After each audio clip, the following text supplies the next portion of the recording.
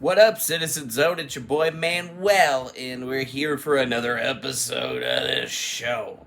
There's some things happening all over the world today, and today we've been kind of focusing on platforms and censorship. Well, maybe the last couple of videos, because it doesn't seem to be getting any better.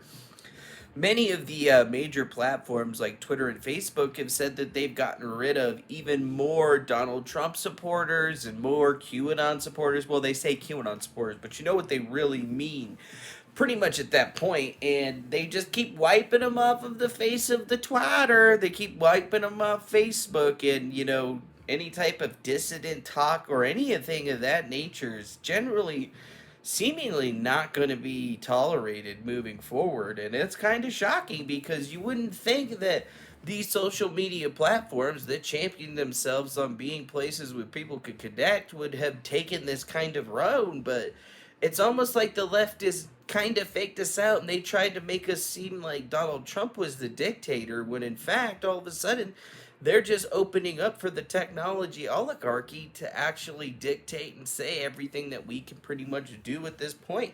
I mean, think about how hard it is to interact when you don't have a Facebook, or you could probably get away without Twitter and YouTube, but overall it does make it really difficult to consume content online when you don't have access to the big platforms. And here we've seen guys like Parler already using this situation to drum up some support for their channels, for their offerings, but the offering hasn't really taken up any snuff since the last time that they supposedly spun up some servers or something like that. So I don't really see it going very far, considering the fact that this is just a small thing. And then now all of a sudden I'm starting to see during the time all these right wing people are being banned left and right and censored, there's leftists all over the place that are sharing out things saying, oh, there's going to be another, there's going to be another organization where people are going to come, biggest art protest ever at the Capitol on the 17th. But literally, it's only coming from the leftist pages, and I haven't seen any other person sharing that shit. So it really makes me wonder. So I dove into my hat of tricks, and I decided to come up with my own social media platform, and I decided to post it up. Well, this is just a preview, a Halls of a Mentee, so to speak. It's called hallsofamenti.io. Links in the description. You should check it out.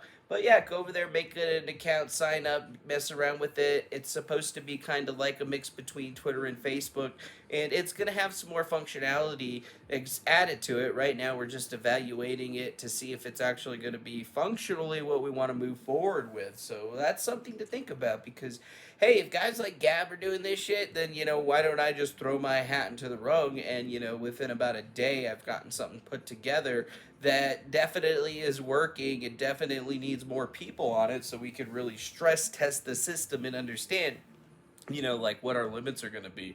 Because Gab seems to have issues with their stuff, and I don't know if it's because they're just setting the stuff up right, the software that they're using is garbage, so on and so forth. I don't really know. What I do know, though, is that I could do something on my own, and that's what I've chosen to do. So make sure you go check it out. And I mean, in this particular area where there's people getting silenced left and right, I'm pretty sure people just want a place where they could talk like they used to and not have to worry about somebody taking them out for doing something that isn't or didn't used to even be considered a wrong thing. And I mean, this whole wrong think situation that we've dealt ourselves with at the present time is very scary in a lot of ways. And the people that you thought would be scared about all this draconian fascist nonsense are basically cheering it on and saying that it's just 100% okay for this shit to be going down. And even furthermore, it's crazy insane to me that Parler has been finally taken offline. I mean, Gab is barely holding on with whatever shoestrings that it has left, and the technology oligarchy has basically taken out its competitors soundly, and they've done it with a conglomerated help, and they even used all that conglomerated help to take out a whole choice group of other people. And we had been seeing this like happening over and over and over again. We were seeing the signs, but I don't think anybody ever expected it to come down so hard. So here we are trying to move forward, and there's still so many people that are just like, no, I'm gonna say whatever I want. I'm gonna ask you about this. I'm gonna think that you're deep state, bro, if you're not talking about stuff. And for me, it's like, dude, I'm trying to save whatever I have left, my friends. And if I can't save whatever I have left, then I'm building something else that's going to be, I guess, better than whatever is out there already. I think the time is now, and it's the only way to really make this thing move forward because Twitter's not viable for people anymore. Facebook isn't viable for people anymore. Is YouTube even viable for people anymore? I mean, is Rumble going to be around for very much longer now that Rudy Giuliani is posting his videos over there?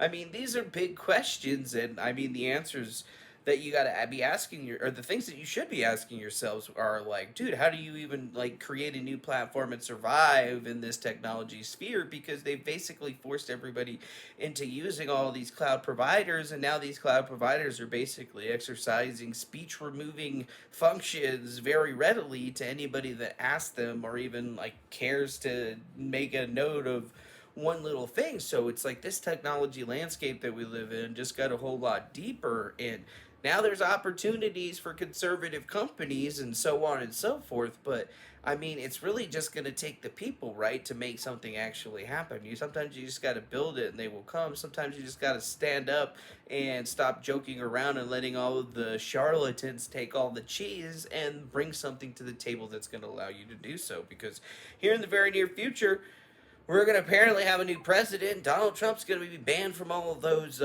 social media platforms that we all even care about. And all of a sudden, we're all going to have to look at like what we're going to do in the future. And I mean, are they even going to allow you to exist and talk in the future? Or is there going to be thought police at every corner? These are the big questions. So let me know what you think in the comment section below. Hit that like button, subscribe, do all that good shit. And I'll definitely see you again on the next one. Adios and be well.